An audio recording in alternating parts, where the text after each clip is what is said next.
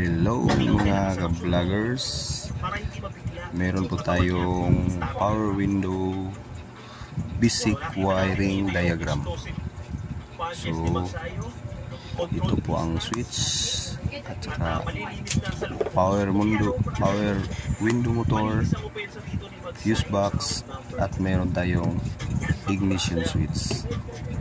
So ngayon mga ka-vlogger, ito po ang wiring diagram sa power window diagram. So ngayon, ito ang switch.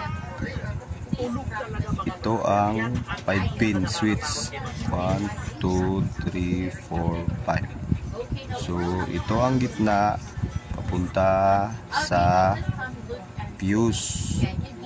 Tapos ito ang fuse papunta sa ignition switch on. Tapos itong dalawang ito negative, dito sa negative yan ikabit, negative ito. Tapos itong dalawang pin sa motor papunta dito sa switch. Kayo na ang bahala kung saan yung up and down dyan. Hanapin nyo na lang yung up and down. Tingnan nyo na lang kung saan ang patungo itong dalawa, kung saan ang up, kung saan ang down. So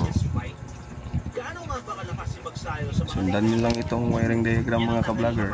Screenshot nyo lang. So basic lang ito nga wiring diagram. So goodbye.